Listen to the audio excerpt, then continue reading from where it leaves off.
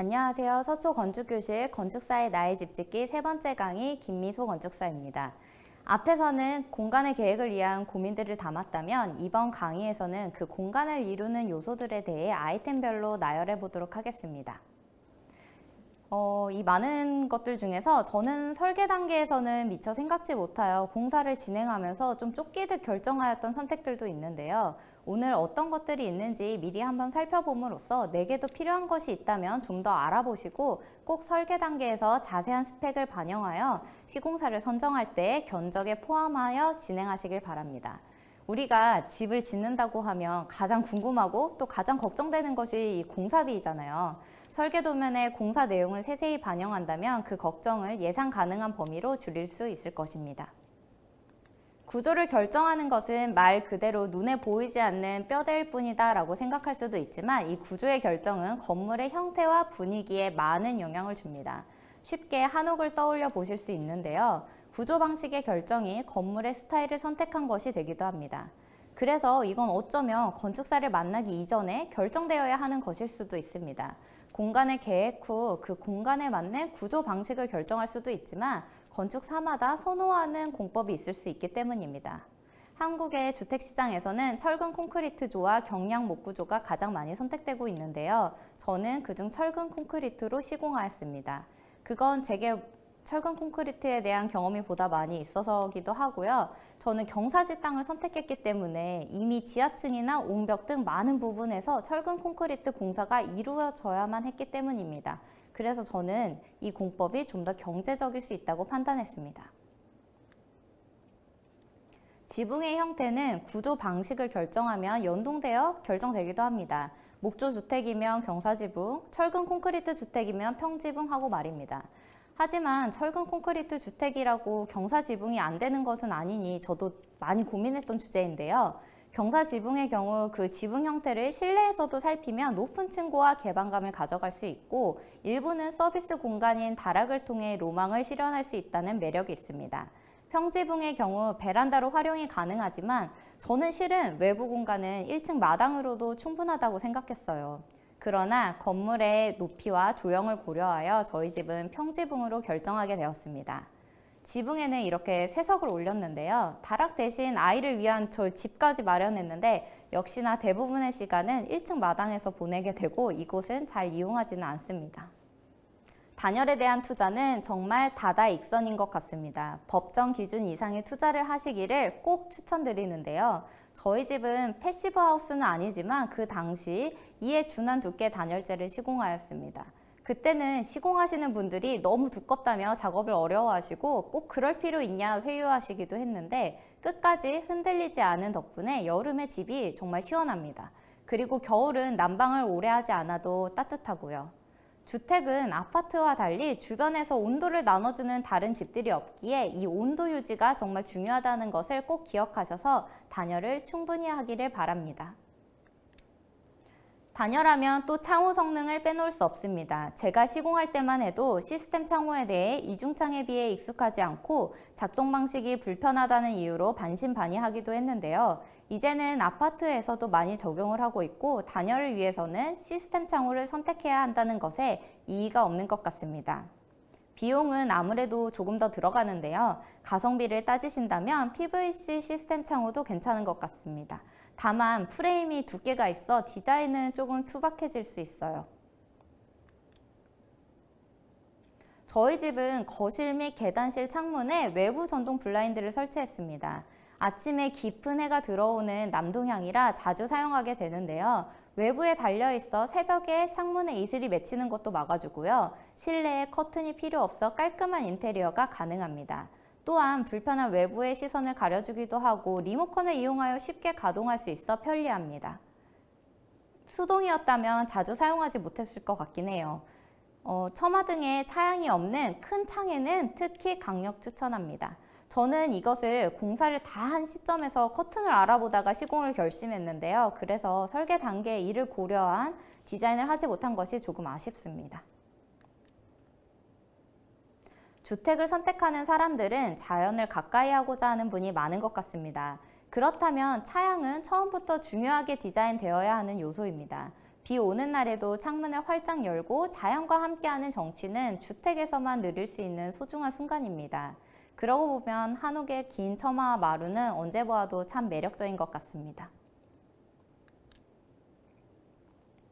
주택을 시공할 때 시공비의 10% 정도는 조경 및 부대시설 공사를 위해 남겨두라고 합니다.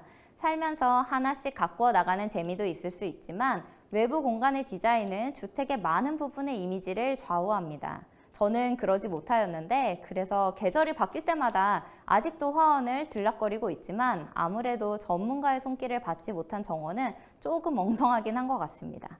특히 큰 나무 등을 심기 위해서는 장비가 필요하기에 처음부터 자리를 잘 잡아두어야 할 필요가 있습니다. 마당의 텃밭에 대한 로망들도 많이 있으시죠? 저는 텃밭은 이렇게 박스 형태로 제작하였습니다. 이곳은 지하주차장 지붕인데요. 자연의 땅은 아니지만 허리를 덜 숙이고 텃밭을 돌볼 수 있는 장점이 있습니다. 이렇게 건물의 지붕에 텃밭 상자나 여름엔 수영장 등을 올려 사용하고자 하신다면 꼭 설계 단계에 전달하여 구조 검토가 같이 이루어질 수 있도록 해야 합니다. 저희 집은 주 외장재로 벽돌을 사용하였습니다. 건축사가 디자인을 고려하여 제안해 주시겠지만 주택의 이미지에 가장 큰 영향을 준다고 할 수 있기에 선호하는 재료가 있다면 꼭 미리 건축사에게 알려주시는 것이 좋습니다. 형태를 다 잡은 뒤에 재료를 반영하면 어울리지 않는 경우도 많기 때문입니다. 그리고 외장재를 선택할 때는 그 유지 관리 비용까지 따져보셔야 합니다. 재료에 따라 제법 차이가 크거든요. 건물이 숨을 쉬게 해야 한다는 말 들어보셨나요? 건물이 숨을 쉴 수 있는 재료를 택해야 건강하다고 합니다. 콘크리트 주택의 경우 꽤 양생에 오랜 시간이 걸리는데요. 다 된 것 같아도 몇 년을 꾸준히 습기를 내뱉는다고 하기에 저는 이를 고려한 내장재를 선택하였습니다.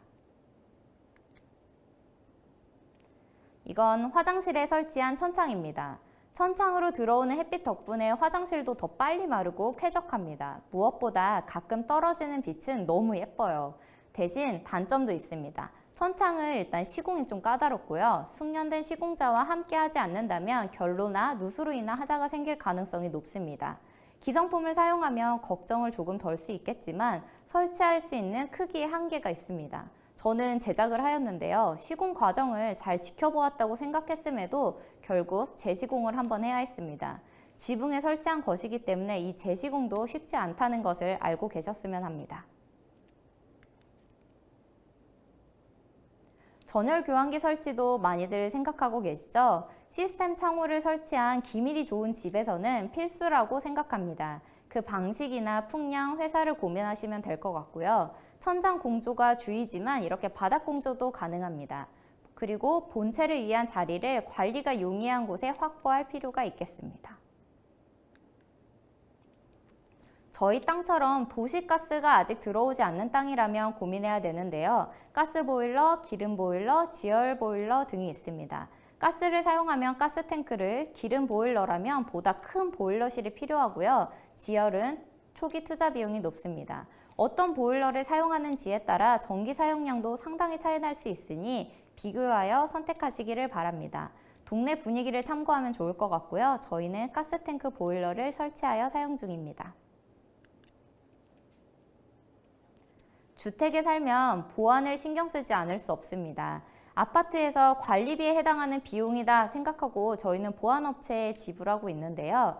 각 창문에 다는 센서의 방식이 보안업체마다 다를 수 있어 마감 공사하기 전에 미리 공사가 되어야 하는 것들이 있을 수 있습니다. 저는 조금 늦게 보안업체를 알아보다 보니 여러 업체를 비교할 수가 없고 딱 한 업체하고 계약해야만 했습니다. 보안업체에서 CCTV를 같이 관리 및 설치해 주기도 하고요. 따로 CCTV를 달 수도 있습니다. 어떤 분들은 직접 설치하시기도 하더라고요. 근데 설계 때 이 설치 위치를 잘 확인하셔서 미리 공사를 해둬야 밖으로 노출되는 선 없이 깔끔한 마감이 가능합니다. 저희 집은 이건 미리 계획하지 못한 부분이라 모든 기능이 작동되지는 않아 너무 아쉬운데요. 요즘은 그래도 무선으로 많은 것들이 가능하도록 점점 기술이 발달하고 있긴 하지만 선을 연결해 주어야 하는 것들도 있기 때문에 관심이 있으시다면 꼭 미리 확인하시기를 바랍니다. 정기를 위한 계획에서는 앞에서 작성했던 가전 목록이 중요합니다. 추가할 가전까지 고려해서요. 물론 설계사무실에서 도면을 작성해 주시겠지만 건축주가 꼼꼼히 확인하는 것이 좋을 것 같아요. 나만 생각할 수 있는 나만의 편의가 있을 수 있거든요. 이건 저희 집 식탁 밑에 설치한 콘센트인데요. 아주 인기가 좋습니다. 전기차를 타신다면 꼭 미리 고려하셔야 할 거고요. 공사가 완료될 때 두꺼비 집의 각 차단기에 목록이 작성되어 있는지도 꼭 확인해 주세요. 주택에서 이를 확인할 일이 더 많이 생기는 것 같아 관리가 필요할 때 아주 중요합니다. 단독주택에서는 태양광 전기도 많이 사용합니다. 차지하는 자리가 있어 건축 디자인과 잘 어울릴수록 계획되기를 바랍니다. 제가 준비한 강의는 여기까지고요. 한정된 예산으로 진행되는 건축에서는 선택과 집중이 필요합니다. 어디에 힘을 주고 힘을 뺄지에 대한 것은 나의 가치에 따라 달라질 것입니다. 나만을 위한 선택을 즐기시길 바라겠습니다. 감사합니다.